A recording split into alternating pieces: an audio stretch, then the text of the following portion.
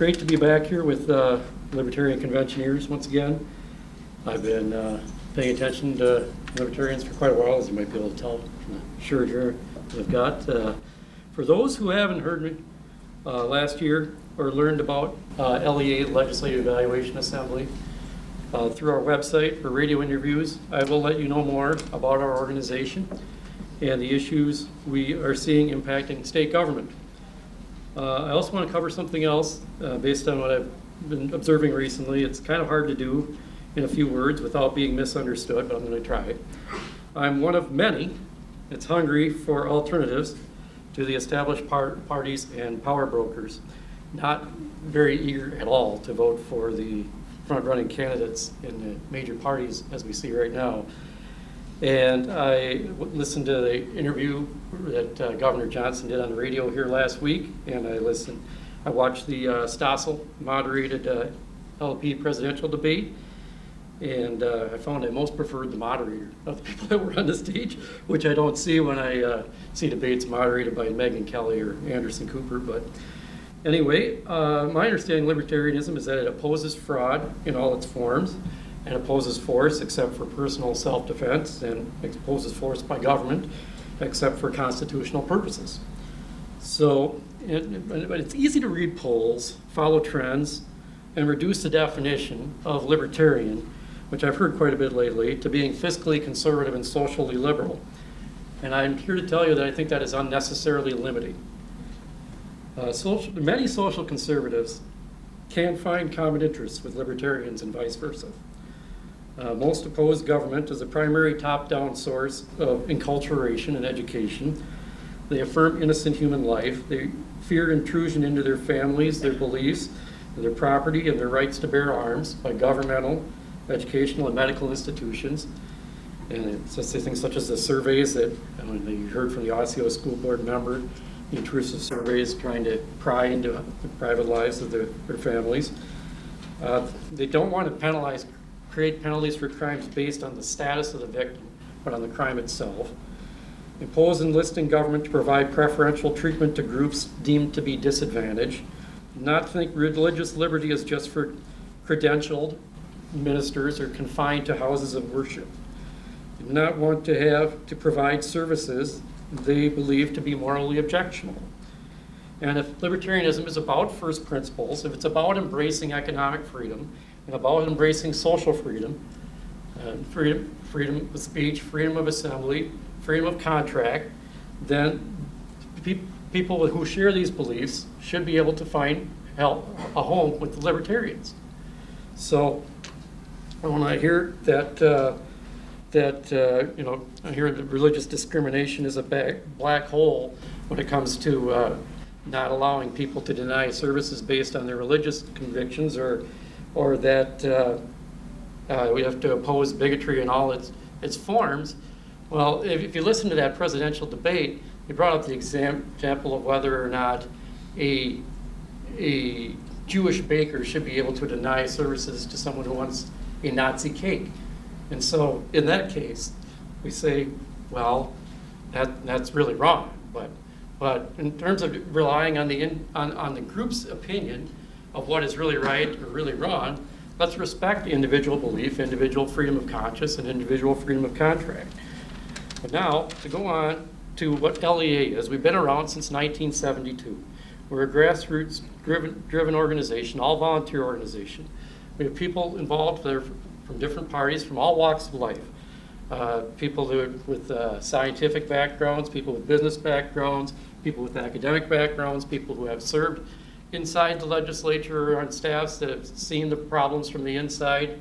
And what we're primarily known for is our annual report on the Minnesota legislature. And we print these, and they're also available archived on our website, which is lea-mn.org. Okay, and I have copies of it back. We have a vendor table back here, and I can take time to talk to you here through early this evening. Anybody who wants to know more specifically about what we do, we evaluate based on the criteria that are listed right on the top of our report and on our website. We embrace constitutionalism, limited government, free enterprise, individual liberty and dignity, legal and moral order, justice, And we have a scorecard in our reports, but beyond having a scorecard, we take a bill or an amendment that we score, and we'll go into a detailed analysis. We'll talk about, first of all, what the bill does.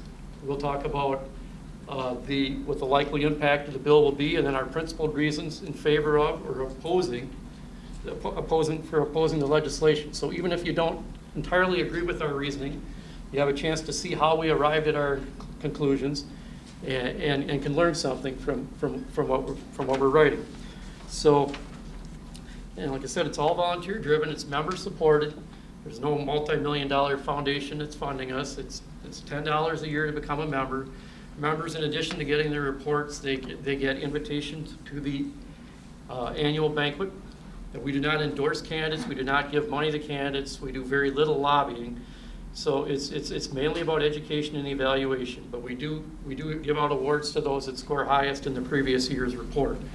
And then at the annual members meeting, we'll usually have keynote speakers talking about important issues affecting state government. And the members also elect the board of directors. This year, myself and the other members on the board that are tasked with assembling the content and approving the content of the next year's report. It's very easy to become involved. It's very grassroots driven. It's very simple to understand. And besides what's listed in our credo, we're known for opposing overburdening regulations that only get enforced through lawsuits. Minnesota likes to pass a lot of these. They do it a lot.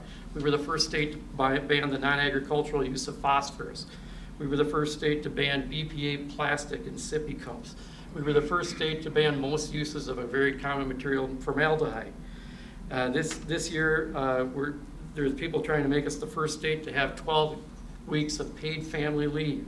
Okay, so some more to talk about for this year. We need to make inroads into opposing more of the omnibus bills and enforcing the state's constitutional protection for single subject bills. There's a fairly strong protection in our Constitution that says no bill shall embrace more than a single subject, the body of which is contained in its title. This has been routinely violated by the modern legislature and ignored by the courts. We need more libertarians and other principled activists to oppose this, because it makes it much harder to hold people accountable. We had, for example, last year we had the Omnibus E12 Education Policy and Finance Omnibus Bill. It contained 42% of the state's biennial budget in one bill. That much of the budget, it vastly increased the budget. Besides that, how much of the budget was contained in the bill, and it had new policy provisions as well. So we're opposing these types of things. We oppose pushing for laws that have no practical enforcement mechanism. Lots of feel-good legislation that we see passed. We also oppose unnecessary special sessions that concentrate power and accountability. And last year they called special session and they gave only 12 hours after the special session was called before it was convened. And there were legislators that weren't even in the state that couldn't even get back to perform their duties because of that abuse of power.